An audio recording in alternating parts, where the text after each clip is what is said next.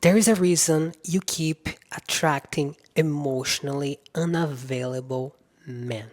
Men you have to mother, fix, chase, men who cannot meet you emotionally, but somehow it feels like home. And that is also a reason you push away the good ones, the stable, the available man, the healthy man who actually wants to love you. You learned how to survive, but no one taught you how to feel safe in love. So your nervous system chooses familiar chaos over unfamiliar peace. Broken man you can fix over whole man who actually wants to cherish you. This video is for you if you always attract a man you have to lead, mother, or save. Or if you have ever sabotaged something good because it felt too easy or too boring. Both of these patterns have the same root, and I'm going to show you what is. I am Isadora, and I have been where you are. The woman who built her whole identity on not needing anyone, who attracted men she had to mother, who almost missed real love because healthy felt boring. Also, I just started this channel. If this message resonates, it would mean the world if you subscribed. It helps me reach more women like us. Let me start with a story that may sound familiar because I don't teach this from theory. I lived this and I know what it's like.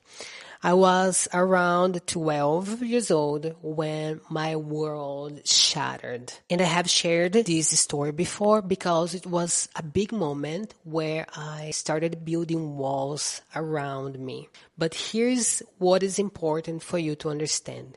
It doesn't have to be a big moment, a dramatic moment like mine. Maybe for you, it was a series of smaller moments. Maybe it was the emotional distance, the inconsistency from your parents, the feeling like you had to earn love instead of simply receiving it. And I know going back to those moments can feel scary. But here's why it matters. You can't heal what you won't feel. Those old stories are still running in your nervous system, creating your current patterns. When we revisit these moments, not to re-traumatize ourselves, but to finally give that little girl the understanding and compassion she needed. That's when real healing begins. So as I share my story, I want you to think about yours. Not to judge it, not to relieve the pain, but to finally see how that brave little girl learned to protect herself. And how that protection is blocking out the love she always deserved. So back to my story. I came home from school and I found something on my dad's phone that no 12-year-old should ever see. Evidence that he was cheating on my mom. And you know what was the worst part? I had to tell my mom. So picture this, a 12-year-old girl standing in front of her mother, having to destroy her whole world because the adults couldn't handle their own mess. That day, I made a decision that would shape the next 15 years of my life. I will never be that vulnerable, and I will never need a man or anyone so much that they can destroy me. Does this sound familiar? The moment you decided it was safer to need no one than to risk being hurt? Yeah. So fast forward, when I turned 18, I moved from Brazil to Canada. I didn't speak English. I didn't have money, no one to help, and I made it work because that's what strong girls do. I figured it out. I built a business. I made money, became the woman people admired for having it all together. But in love, I kept attracting men. I had to lead, guide, fix, mother. And every time someone would say, you are so intimidating or you are too independent, I would think, maybe I am really too much. But I wasn't too much. I was just armored. My body had learned that love equals betrayal, that closeness equals danger, that if I needed someone, they would eventually hurt me. So guess what I kept manifesting in my life and relationships? Mirrors of my father. My nervous system didn't know love could be safe. It only knew familiar, and familiar meant being with men who couldn't access their emotions, who eventually betrayed me.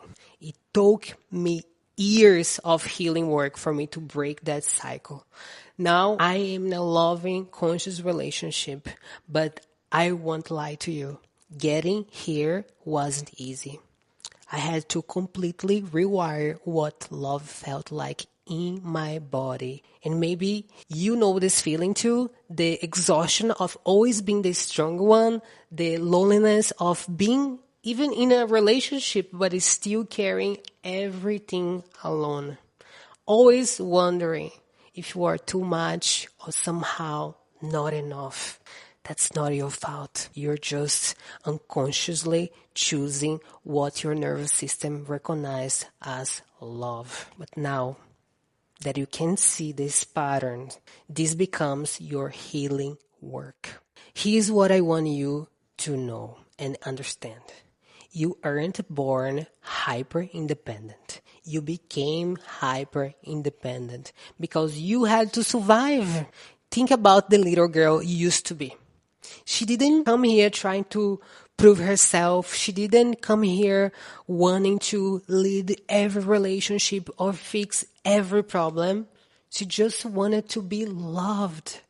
But what she learned instead, that her emotions made people uncomfortable, that her needs are too much, that if she wanted something done right, she better do it herself. That love came with conditions, pressure, and the consistent threat of it being taken away. So she made a decision. I would just do it all myself. That way, no one can hurt me. And in that moment, your armor was born. But here's what that armor cost you. You started leading your relationships instead of being loved in them. You became the giver, the fixer, the one who holds space for everyone else. You stopped asking for what you needed because asking felt dangerous. You confused being needed with being loved.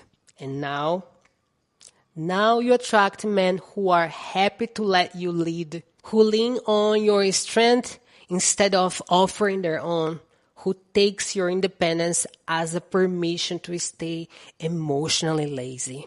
You don't actually want to be in control all the time. You just don't know how to feel safe without it. Now, let's talk about why this keeps happening, even when you consciously want something different. Your trauma doesn't live in your mind. It lives in your body. When you grew up with inconsistency, emotional distance, or having to be the strong one, your nervous system learned some very specific survival strategies. Stay in control, scan for danger, avoid vulnerability, shut down emotions. So even when you meet someone who is actually emotionally available and consistent, your body goes, this doesn't feel like love. Love's supposed to be harder than this. That's not chemistry that you are feeling when you're drawn to an unavailable man. That's trauma recognition. I have a friend, Anna, who called me crying a few months ago. She would be dating this amazing man, kind, consistent, emotionally mature, everything she said she wanted, and she was bored.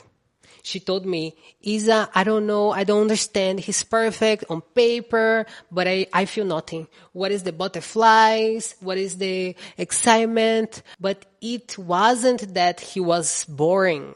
Her nervous system didn't know what to do with safe love. It felt too easy, too calm. Where was the drama, her body associated with passion? She almost walked away from him because healthy felt wrong. This is why you can't just fix your picker. Your body is still operating from a little girl's understanding of love. Is still trying to protect that child who got hurt. Your brain say, I want a healthy relationship, but your nervous system is screaming. We are not safe. This isn't how love works. So your real work isn't learning how to spot red flags. Your real work is teaching your body that it's safe to receive love. That softness doesn't equal danger. That being held doesn't mean being hurt. Now, here's the part that may sting a little, but I need you to hear it. You are not just attracting emotionally unavailable men. You are emotionally unavailable too. I know that's hard to hear because you give so much, you love so hard, you do so much for the people you care about. But giving is not the same as being available. When you are hyper independent, you give love on your terms. You control how much intimacy you allow. You do more so you don't have to feel more. And here's what's even harder to admit. Even when a good man show up, emotionally available, consistent, wanting real love, you sabotage it. My friend Anna, she eventually told me what was really happening. She was suspicious of his kindness. Where was the chase, the drama, the feeling like she had to prove herself? Her nervous system was screaming, this doesn't feel like love. Love is supposed to be harder than this. So she created problems. She picked fights over small things. She pulled away when he got too close. She tested and tested and tested him constantly to see if he would abandon her like she expected.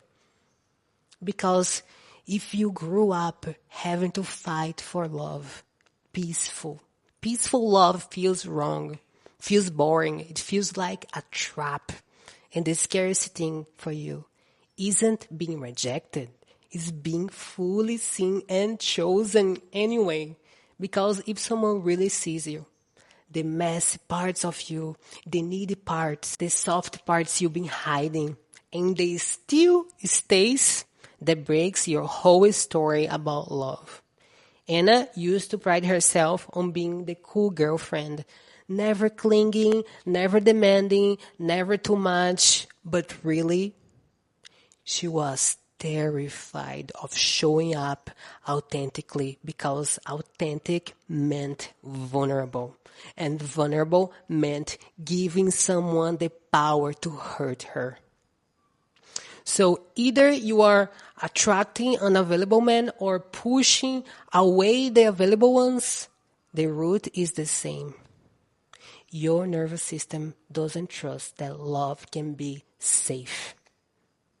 The work isn't becoming more independent.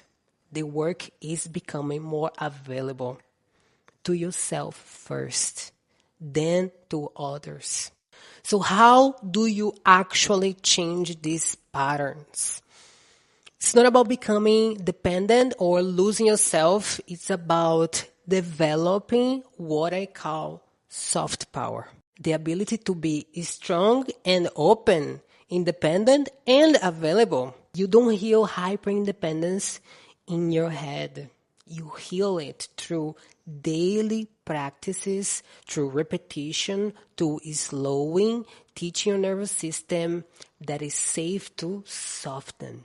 Because of how much this work has transformed my life and the lives of the women I work with, I created something special for you that is called the Soft Power Reset. And is my free gift for you is a complete daily ritual guide with nervous system practices, journaling prompts, and embodiment tools to help you regulate when love feels overwhelming, regulate control without losing yourself, reconnect with your feminine energy, rewire the belief that you have to earn love, all of that and more. So the link is in the description. It's completely free because you don't have to do this work alone. I wasn't going to tell all of these in this video and leave you hanging. So there is step by step how to change that today. You know what I see when I look here at you through this camera?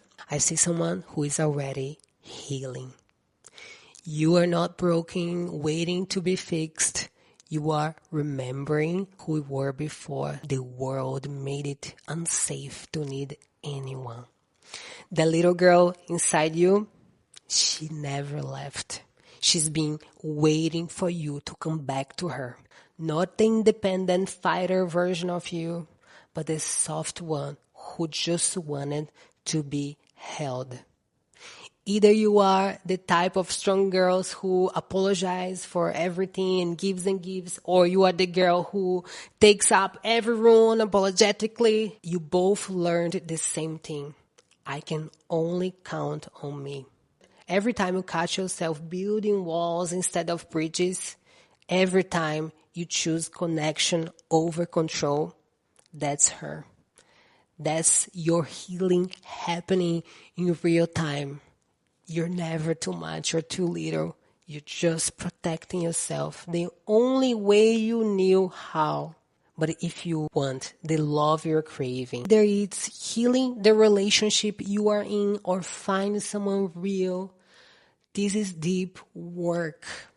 The patterns that kept you safe are the same ones keeping love at arm's length. If this video moved something in you, I want you to do two things. First, subscribe to this channel. We are building a community of women who are ready to heal alongside each other. Women who are tired of being the strong one all the time and ready to remember what feels like to be held. And second, tell me in the comments, what's one way hyper-independence has shown up in your love life? I read every single comment. Your story matters. I will see you in the next video.